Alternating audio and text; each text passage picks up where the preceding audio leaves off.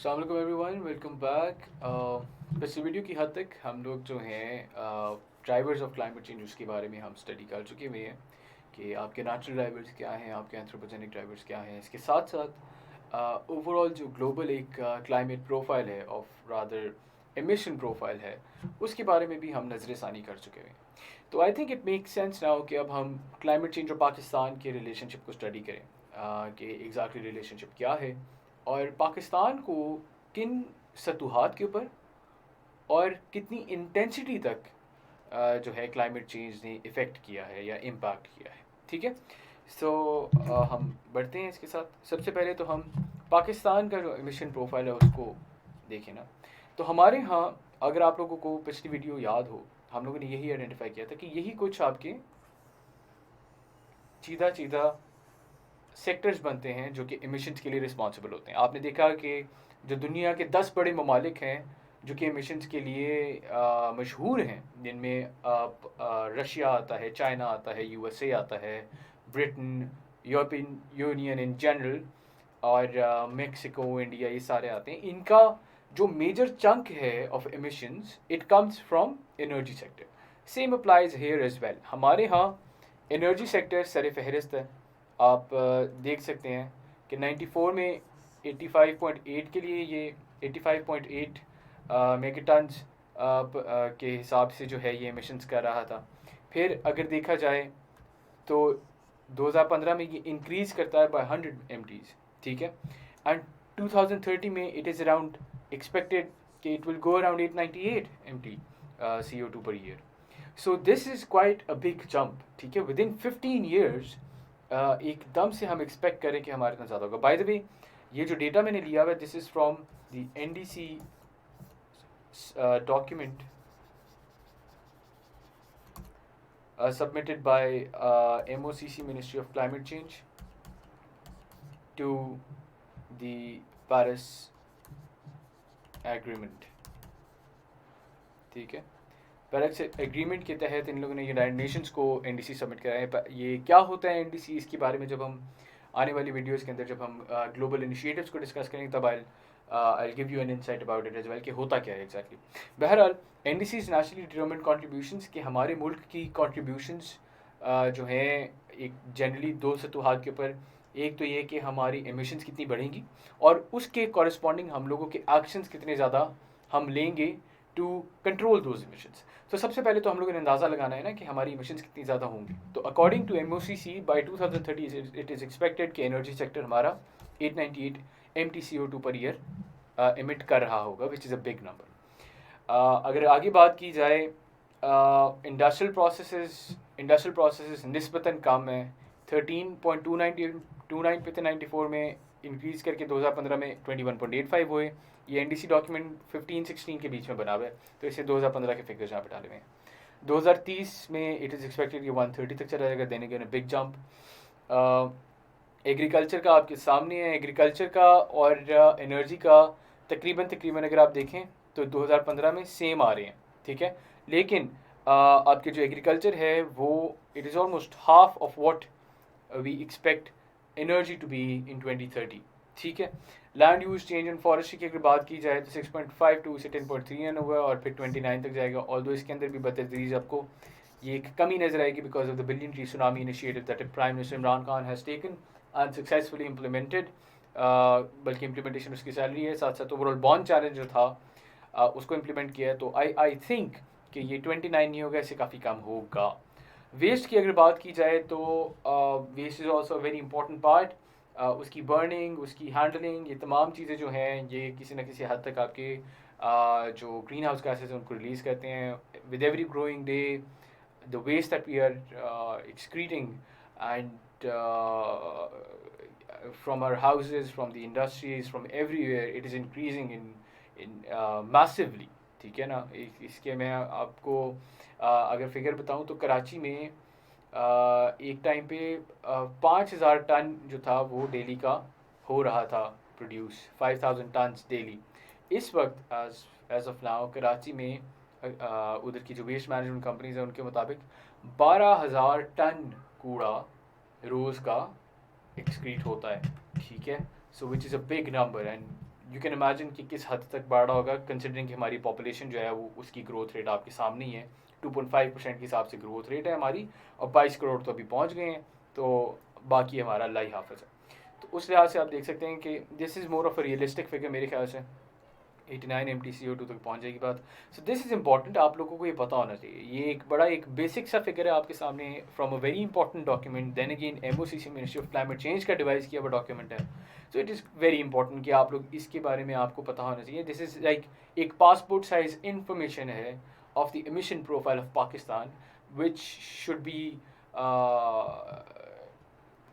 Which you should memorise in my point of view, ठीक है। तो ये आप लोगों ने याद कर लीजिए क्योंकि ये ऑफिशियल डॉक्यूमेंट्स हैं। ओवरऑल अगर देखा जाए, वही बात जो मैं पहले कर चुका हूँ, पाकिस्तान की जो एमिशंस हैं ग्लोबली, ठीक है, वो they constitute they are 0.75% of the global emissions, ठीक है। यानी इस वक्त अगर ये मैं 2015 के हिसाब से चलूँ, 405.07 is almost 0.75% of the global emissions. कम है, बिल्कुल कोई शक वाली बात नहीं, कम है बदअजीज। लेकिन जैसा कि मैं हमेशा से कहता आ रहा हूँ कि पाकिस्तान दुनिया के उन ममालिक में आता है which are very prone to climate change, ठीक है। इसलिए इट इज़ इम्पॉर्टेंट कि हमारे यहाँ जो इमिशंस हो भी रही हैं उनको भी हम रिड्यूस करें, क्योंकि हमें बहुत बड़ा एक मसला है। और वो क्यों मसला है? क्योंकि हम क्या हैं, एक हम वाटर हाईवे हैं, जो कि मैंने आपको पिछले लेक्चर्स में बताया कि किस तरह से थर्ड पोल है हमारे ऊपर और हम एक बिल्कुल वाटर हाईवे बनते हैं। There is a difference of कम से कम 13,000 फीट, ठीक है। और जो ये एक प्रॉपर हाईवे बनता है आपके सामने, ठीक है, टेंजेंट की वजह से, and this is quite problematic. खैर आगे अगर बात करें तो हम जो इम्पैक्ट्स हैं पाकिस्तान के ऊपर क्लाइमेट चेंज के, उनको मैंने 3 कैटेगरीज के अंदर डिवाइड किया: environmental impacts, economic impacts, and then social impacts. So firstly let's begin with environmental impacts of climate change on Pakistan. सबसे पहला इम्पैक्ट इसका, जैसा कि आप लोग इमेजिन कर भी सकते हैं, it is the increased temperature. देखा जाए तो in the last 50 years the annual mean temperature in Pakistan has increased by 0.5 degree Celsius. In the same manner अगर बात करें, the number of heat wave days per year has increased nearly 5-fold in the last 30 years. यानी 5 गुना ज़्यादा आपकी heat waves होना शुरू हो गई हैं बनिस्बत पिछले 30 साल के, ठीक है। आप खुद भी अगर थोड़ा सा इमेजिन करें, और रादर इमेजिन भी आपको करने की जरूरत नहीं, जस्ट रिकॉल, और आप लोगों को याद आ जाएगा कि हर साल बतदरीज पिछले 5-6 सालों से आप लोग सुनते आ रहे होंगे कि गर्मी शदीद पड़ रही है, शदीद गर्मी पड़ रही है, जिसकी वजह से कराची में फ़लाँ बंदे हलाक हो गए, लाहौर में इतने बंदे हलाक हो गए, और ये तमाम बातें आपको होती हुई नज़र आती हैं, ठीक है। ये तमाम बातें बिल्कुल सच हैं और बिल्कुल हक हैं। पहले इतनी ज़्यादा आपको हीट वेव्स नज़र नहीं आती थी, इसीलिए आप देखते हैं कि पिछले 30 साल के अंदर आपका इतने बुरे हालात हो जाते हैं, जिसकी वजह से 5-fold आपके यहाँ चेंजेस नज़र आते हैं इन द हीट वेव्स, ठीक है। आपकी गर्मियों की जो शिद्दत है उसमें भी इजाफा हुआ है, और गर्मियों की मुद्दत में भी इजाफा हुआ, यानी उसकी इंटेंसिटी में तो इजाफा हुआ है। गर्मियाँ जो हैं वो एक्सपांड भी कर गई, गर्मियों का सीज़न एक्सपांड कर गया। आपका सर्दियों का जो सीज़न है वो और स्क्वीज़ होता जा रहा है, अगर आप लोग नोट करें, ठीक है। आई रिमेंबर आज 8 सितंबर है, ठीक है। I remember when I was a kid, I think I was under 10 if I am not wrong. School जाते हुए सितंबर में I used to wear a sweater, and I am sure आप में से काफ़ी लोग होंगे जो कि एग्री कर रहे होंगे इस बात पे, क्योंकि अगस्त में स्कूल खुलते थे, सितंबर में जाके हमारी विंटर क्लोथिंग ऑलमोस्ट स्टार्ट हो जाती थी, ठीक है। अभी इस वक्त मैं एयर कंडीशनर में बैठा हुआ, ठीक है, इट्स लाइक 8 सितंबर, ठीक है। एयर कंडीशनर कहने का मकसद ये है कि हमारे यहाँ गर्मी जो है उसकी मुद्दत बढ़ गई है, सर्दियाँ वो सुकड़ती जा रही हैं, ठीक है। उसकी वजह से जो सीजनल चेंजेस आ रहे हैं, this is all because of climate change, ठीक है। और इसका इम्पैक्ट अगर आप देखें तो एक पूरे का पूरा इम्पैक्ट इसका बनता है on agriculture, on life stock, on us, on biodiversity in general, ठीक है। सो ये पूरे के पूरे तरीके से इम्पैक्ट करता है holistically on everything that is attached to it in one way और द अदर। फिर अगर देखा जाए, इट इज़ एक्सपेक्टेड कि by the end of this century the annual mean temperature in Pakistan is expected to rise by 3 degree Celsius to 5 degree Celsius for a central global emission scenario, while higher global emissions may yield a rise of 4 degree Celsius to 6 degree Celsius, ठीक है। कहने का मकसद क्या है कि अगर Paris climate accord और बाकी जो अकॉर्ड्स हो रहे हैं उनके अगर प्रॉपरली फॉलो कर लिया जाएगा और दुनिया जो है अपनी इमिशंस को कंट्रोल करने में कामयाब हो जाती है, उसके बावजूद पाकिस्तान में 3 to 5 डिग्री सेल्सियस का टेम्परेचर चेंज जो है ऑन एवरेज देखा जा रहा है, ठीक है। आ, और अगर अगर दुनिया जो है एक होकर यूनिटी दिखा के क्लाइमेट चेंज को सही से मिटिगेट करने के लिए जो एफर्ट्स रिक्वायर्ड हैं उनको नहीं करती, तो फिर पाकिस्तान में 4 to 6 डिग्री सेल्सियस तक का चेंज देखा जा सकता है। मैं कहता हूँ 4 to 6 डिग्री सेल्सियस तो एक दूर की बात, अगर हम 3 to 5 डिग्री सेल्सियस की भी बात करें, that is also going to be hazardous for us, ठीक है ना। It is going to be frightening, it is frightening even now, I can't even tell in words कि किस हद तक हमारे लिए ये डिस्ट्रक्टिव साबित हो सकता है। फिर हम चाहे जितने मर्जी डैम बना लें, कोई भी डैम जो पानी का फ्लो आएगा ना उसको रोकने में वो कामयाब नहीं हो सकेगा, ठीक है। And this is quite problematic, very problematic actually. Highest recorded temperature in Pakistan पहले भी हम बता चुके हैं 53.7 डिग्री सेल्सियस था, 2015 में आया था, ठीक है। Annual increase in temperature in south Asian region अगर बात की जाए, अगर साउथ एशियन रीजन की बात करें और उसके एनुअल टेम्परेचर इंक्रीज़ की बात करें तो 3.3 डिग्री सेल्सियस है जनरली स्पीकिंग, ठीक है।